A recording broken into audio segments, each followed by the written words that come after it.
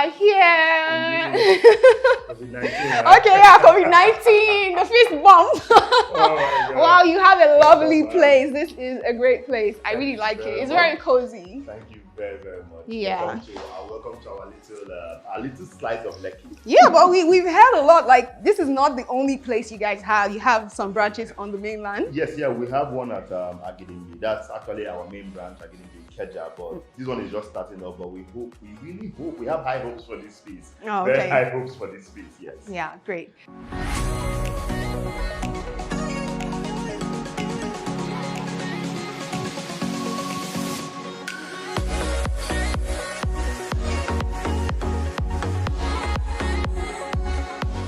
Great to have you on the show. Thank you so much for having me. Yeah. Thank you so much. By the way, I love the shoes. I'm going with those shoes when I'm leaving. Well, technically you can, because I'm more of a palm person, so technically you can definitely go with Great. the I shoes. have my bags. I'll put them in there. Works for me. All right. So let's start with an introduction. Please tell us a little bit about you. Okay. My name is Modo Victor. I'm just a guy. Basically, I'm just a guy with very lofty dreams. I like taking pictures. I take pictures for a living. I'm a sports photographer. I think I was 2019 Nigerian sports photographer. Wow, that's a big portraits. title. Oh well, I do portraits, I do weddings, I do landscape, and if you see a lot of those pictures around the Nigerian national team, I take a lot of their pictures too. But basically, to me, at this point in my life, I am a retired photographer. I am an active investor. Oh wow. Okay, I love that. So it's like bigger dreams ahead. Definitely bigger dreams.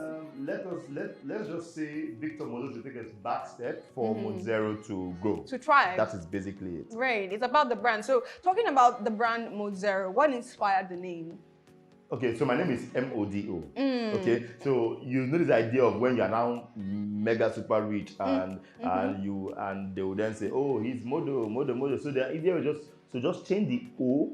Okay. And replace it with zero. So okay. MOD zero. Oh, now I get it. That's just Modzero. It has a very simple. I mean, see, a lot about me is simple and direct to the point with the simplest explanations. Modzero Modo. How I started photography, no lofty art ideas, just basically hunger.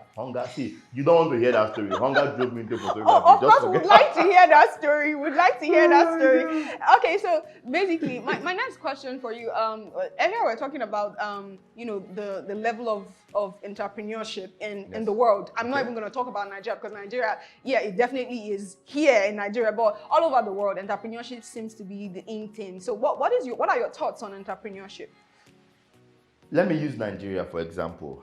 What I can say is, there's a reason why the NYC for close to a decade now has insisted on SAID training, skill and entrepreneurial development, because the truth is, all the wealth, the Nigerian government cannot create enough wealth. We don't have enough companies to employ every people, to employ every person that is a graduate, even those that are not even graduate. We cannot employ everybody. So the long and short of this is, everybody has to find a way. Every little person has to find a way in their own little corner to ensure that they can add to it. You understand? In my little corner, we probably have like close to 10 staff now. We're just looking for a little way to add to it, because in the long run, the big companies, the government can only employ so many people. The rest of the buck have to be picked up by little entrepreneurs here and there. So I think if the Nigerian economy will grow how we think it should grow, the SMEs, the little guys play a massive role in ensuring that it grows. That's great. So it's like you're giving back to entrepreneurs are giving back because they're creating more job opportunities. Let us clarify this giving back. With the hustle, let's clarify, it's really the hustle. Okay, I told you, no love there. We are hustling, but yes, in the midst of hustling and making the business work perfectly, we are able to take on staff and put food on some other tables apart from our own. That's perfect. Yeah, talking about putting food on other tables. So aside from this branch, which I should call the head office, I have that there are other branches. So could you please talk about that? Okay, actually, this is not the head office. Okay. The head office is at the Keja Agidimbi Road. Okay. And that's where, so initially we part owned a brand, you get, but then we moved up and just faced Modzero. Our first office at the Keja Agidimbi. That one is like way bigger, it has been there longer. This is our second branch. All things being equal, by December, worst case scenario, end of first quarter of next year, we should open another branch in either Lekki 1 or 2. Then for December next year or mid, we go for something in Surulere, and then we'll talk about other states. But that's the plan. Actively ensuring that we can give. Okay, so let me just explain that vision of the brand straightforward. So if you want to take a picture, okay, and you're a stylish person, and you want to take a lovely image of yourself, you first think of the big photographers. You think of the Instagram guys. You have to DM somebody online, you get, and fix an appointment. So at times you end up paying a lot of money. Okay, like me personally, Modzero does this. There's still a Modo Victor somewhere. You get that, you DM Modo Victor to get photography too. But what we're trying to do is bring Instagram to your regular shops. So you don't have to send a DM. You don't have to. You just have to step out of your house and you see the nearest Modzero Studios. You get, and you just walk in and you know that the same quality you get if you book a major photographer or book somebody online, because you can't just step into any regular studio. We are ensuring that the quality you get from the big photographers, you can get it when you step into a regular photography studio like a walk-in client. Oh wow, that's great. So definitely the idea is to grow this into an empire, but for everybody. Yes, make quality photography available and accessible. Affordable, available, accessible, and then also ensure that, accessible. We just want to be everywhere. We want to be in as many places as we can be in. We are in 2 now. All things being equal, by mid next year we should be in 4. That is just the dream. And we just pray that we keep at it and it works out perfectly. Oh, that's great. So what are the challenges you faced? This is definitely not where you started from. Just like you said, you started from your university. What were the biggest challenges you faced while, how did I start photography? If you ask 10 photographers this question, you get the wonderful, I love art, I love pictures, I like bringing briefs to life. In my case, a 100 level and 18-year-old 100 level student, or 100 level student in University of Benin, and my mother was giving me 10,000 naira. Wow. Yes, I was giving 10,000 naira as pocket money, and ordinarily it's meant to be enough. But it was not enough for me at that time. So I just knew I had to do something to ensure I get more naira and kobo to help me pursue politics, flexing, smiling at the other girls.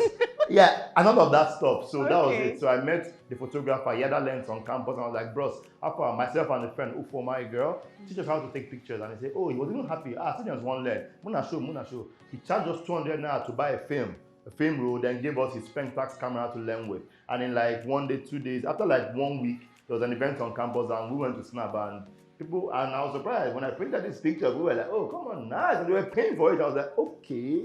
I just made some money. And I kept at it. Theater performances, birthdays on campus. I kept snapping. By 2009, I started leaving campus. Yes, I started from the very bottom of photography. I started going uninvited to weddings. They call it Oluya, wait and get, all of that. I did the entire 9 years, from Benin down to Akwa Ibom, down to Lagos. We did all of that until we just decided that, okay, this can be a lot more. We've gotten the skills to make it a lot more, and we faced it. Wow, that's great. So I've seen, walking into the studio, I saw some very beautiful pictures, and I was like, the first question that came to my mind was, what inspired, you shoot different clients every day. Yes. And if you were shooting each client the same specific way, it would be boring. Or clients would get tired, like, this guy has no creativity. So what inspires your creativity for every shoot you do? Okay, so firstly, we have to realize that every shoot is different. Okay, you might have, for photographers, you might have one lighting pattern, you might have a few lighting styles you like using, but every shoot on its own is different. And a very important part of the shoot you're doing, it's not just the idea you want to execute, but the client. So your idea, or whatever, your lighting style, it all has to match the client, what the client puts forward, the vibe the client brings forward. I mean, I did a photo shoot 2 days ago where we do my regular light setup. I have the key light, I have one rim light, and I have a colored rim light. And after shooting for like 5 minutes, I'm like, okay, this is too safe. Then I go and I put off my key light, and I'm now shooting with the red light and the rim light, and all of a sudden I get put your hands on my shoulder, and it was crazy. Like, it was so fine, and the kind of like, so how did you decide? I was like, after snapping you with normal light for a while, I felt you were giving up that vibe that you can go an extra mile. So I said, why not? Let's put it up. I'll give guys a soft copy to that. Let us put it up and let's go the distance with this video. So it's what the client brings forward, but primarily, okay, like what I tell my staff, when we are doing our in-house training, because we do this like once every week or twice every week across both studios, we ensure that first of all, you know how to achieve every picture. Any image you see in your mind, you know the right light setup, the right modifiers to use to achieve it. When you have that knowledge, you can now say, okay, I think this client will look better if I do it this, or maybe I should try Rembrandt lighting, or maybe I should stick to one light with a big parabolic 160 cm or change to deep 90 cm. You just have to first know how to achieve any light you want to. Once you can achieve that in your mind first, and just set to work. And that once you know how to work your lights, photography is a good part, a lot of imagination, your skill and all, but it is 90% your ability to bend light. Once you can bend light, you have solved 90% of the photography problem. So once you know your light, you know how to bend it, you can do 10 shoots today, and 10 of them will feel different. Yeah, that's true, because they all look different, definitely. Okay, so we're definitely doing this series to inspire young entrepreneurs or people looking to become entrepreneurs like you. So for someone who is trying to dive into photography, what would you like? What do you think a good startup budget can be for them? Okay, let me turn. This is my camera, right? Let me turn my seat for this. Good. All right. So, fresh out of school, or you just learned photography and you want to take photography seriously. Let me first tell you, in the words of Mayor Otu, just keep doing pictures. Keep doing pictures. You keep getting the nose. Just keep doing pictures. You do 1,000,001 collaborative shoots to get better. Just keep doing pictures to the point when you feel you have done it enough. Once you have done it enough, then you can now say, okay, now let's start earning. Okay, now for a photography budget, a lot of people always like to. I mean, now with the way Naira is, you cannot. If you spend 200,000 on a brand new camera, you're probably getting something that you're going to have to change in like 6 months, depending on how fast you grow. So see my advice. What I would advise anybody that wants to do this thing, instead of spending 200,000 on a brand new camera, spend 200 to 300, max to 350 on a fairly used big camera. That way, you get a camera that for the next 1 to 5 to maybe even 6 years, no matter how big you grow, you can still use it till you make enough money to change. Example, instead of buying a brand new 800D or something from Canon, I'll buy a fairly used 5D Mark III for 300 to 350,000, because I know for the next 5 years, with the 5D Mark III, I can keep doing pictures, and nobody will say, oh, I think your camera is too low. Yes, 5D Mark III. See that thing? It's a cheap camera that Canon made. You should never have made that camera.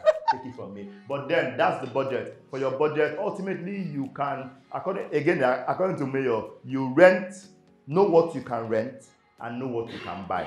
You get till today, if I have weddings, I have the EOS R, I have two 5D Mark IIIs. You get till today, if I have weddings, I still go to rent particular sport lenses. When Nigeria played Lesotho in Lagos a couple of weeks ago, I went to rent the 1DX Mark II and the 400mm f2.8. Combined, those things will probably cost me more than 5 to 7 million. I rented it because I know what I can buy and I know what I can rent. Keep renting what you can rent until you make enough to purchase what you need. Till today, I don't own a 70 to 200, but I use it for almost all my weddings. All my weddings, it is there. I actually have enough money today to go buy that, but apart I can still rent it. And I put inside the budget of the wedding and it enters. I rent it and I buy just what I extremely need. You get, but as much as possible, keep your costs low and keep doing pictures. Keep your costs low. I say it again, keep your costs low and keep doing pictures until that moment when you can square and say, I'm not a boss. I'm not a boss. Okay, that was a great one. I believe a lot of people have definitely picked up a lot of very strong points from them. Like the one I picked is keep the cost low. Nigerians, we like to manage. Yeah, okay, so talking about Nigeria, in Nigeria, there are a lot of obstacles. As a business, in fact, for entrepreneurs, so how have you stayed motivated? Definitely, this is like coming from nothing and coming from 1 to 2, and then obviously 3 is coming soon and more. So how have you stayed motivated through the process? First of all, despite the fact that I said I started photography because of hunger, it's very important. If you didn't start your the job you do, because of love for it, that love has to grow. Definitely. Yeah, when it grows. I mean, personally, I was hungry again to photography. But then over time, I then saw, damn, I could create this. I could make people smile. I could bring their imaginations to book. They draw it, and I draw it for them with the camera and lights. You know, so first of all, you have to like doing what you're doing. You get, when I take on a new staff, whether as a brand new intern or someone that's been doing pictures, we probably snap close to 1,000 to 5,000 pictures together. Not just because the person has to snap to get better, but the person has to snap enough and love what the person is creating, the ability to create this thing. So my own inspiration to keep going is, first of all, hunger. I don't want to be hungry.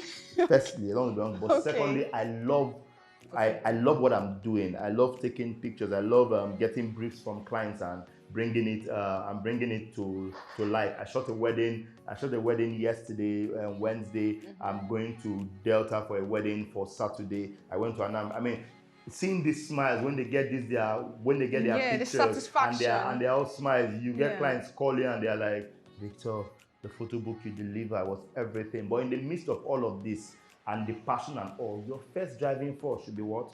Hunger. So you are not going to be hungry. It's fine. Oh my God. Just hunger. So people out there, you need to have a driving force. I think that's how we're going to put it. We can't tell them to be hungry. So you need to have a driving force. Okay. So as someone who wants to become successful as an entrepreneur, you definitely need to have a driving force. So, you know, since I would say that you're successful. You might not say that, but I would say, I rephrase, I would say. Please. I understand that you're don't still come and chase my destiny helper. Baba, they also are big. Okay, but I wanted, you know, just to tell people out there, what does it take to succeed in Nigeria from your standing point? First of all, I am not an encyclopedia of knowledge on this and businesses in Nigeria. I have people that have done several businesses, they have failed at some have not failed at all. You get, but what I'll say is, to succeed in business at all, you get, you just have to find a way to be happy in it. At times, government policies will come up that will cut you off at your knees. At times, something can happen. You can do a delivery, and then before you know it, you are owing close to 5 million because the delivery went bad. I had my own good share of that about 2 years ago. All of a sudden, something happens and it goes bad. But you just have to tell yourself mostly that you can do it. Sincerely, tell yourself mostly that you can do it. Now, I am not even going to downplay this. You get, if there's somewhere you can get help from, don't go back to the camera. If there's somewhere you can get help from that place. When I started for photography in school, I had my little Pentax then. I then bought a Minolta automatic by myself. Then when I wanted to go digital, the gap to make the jump price-wise was too much. So I went back, I got on my knees and I asked Male.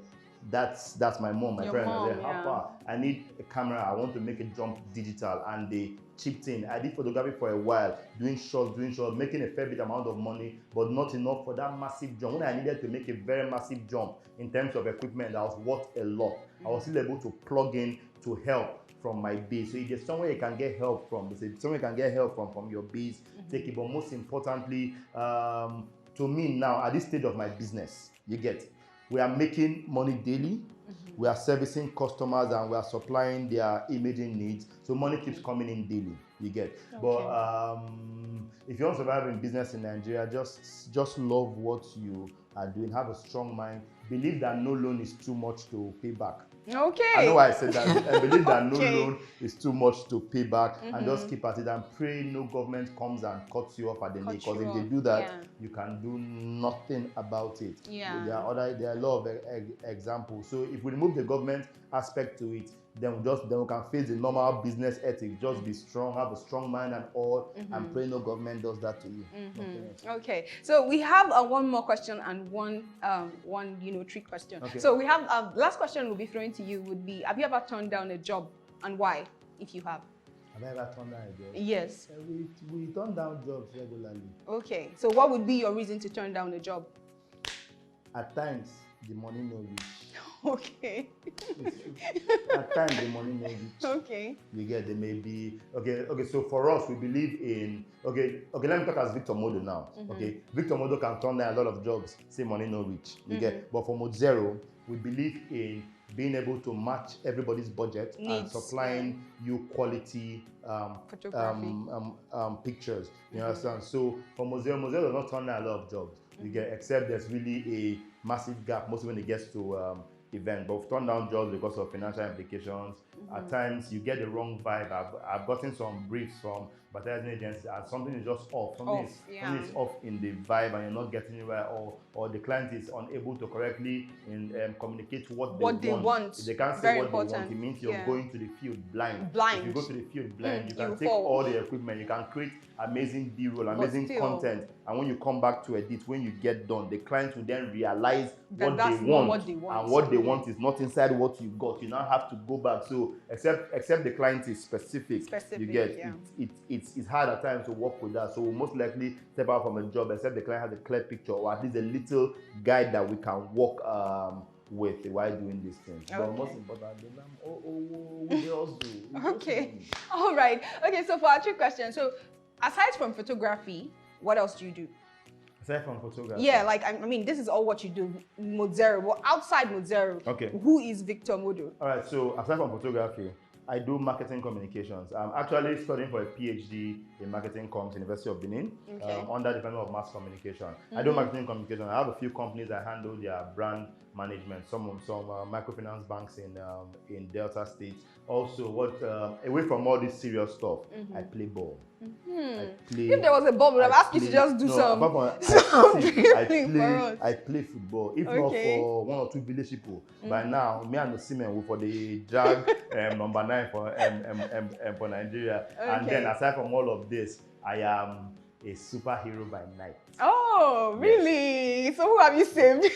No, when my son is looking for where to jump on somebody's head, or she's stopping. Okay, yeah, I saved my wife from my son. Oh, basically. Okay, we understand. We understand. So we just need one word for young photographers out there. Just one word. Just one word for them. Okay, young photographers out there. First of all, I am very, very young. Let us just clarify this. Good. So a word for photographers that younger than you. Okay, that one. All right. So what I would say is it's a very it's a harsh industry. Yes, I have gone months without a booking. I may have that big booking now that takes me for a while, but the booking does not come for the next 2 months and days. You keep getting proposals for collaborative shoots and all, and with no one wanting to pay top dollar. But if you can find the strength, just keep going, because it's very, very possible. It's very, very possible that just somewhere at the curve, you're going to get the breakthrough that you are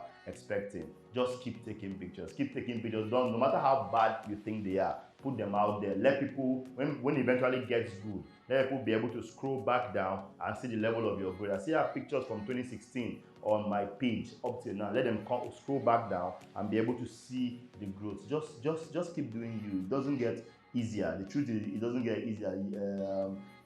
No matter how high you get, there's still something, it's a bigger challenge for that level. It doesn't get easier. Just keep doing you and get better at it. All right, Victor Modo, thank you very much for joining us on the show. Hope we still get a chance to do a photo shoot for you. Definitely, definitely. But seriously, it's been an exciting conversation. I want to say thank you. No, it's COVID time, so let's just do it. All right, that works. Yeah. Right, okay, thanks, it's been great. Yeah, thank you. All right, guys, thank you for joining us on today's episode of Millennial Talks. We do hope that you have enjoyed this exciting conversation. For more, definitely join us on the next episode of Millennial Talk, and we'll be bringing to you more on entrepreneurship opportunities in arts for millennials. For more on personal finance and financial growth, visit our website www.proshareng.com. Keep watching.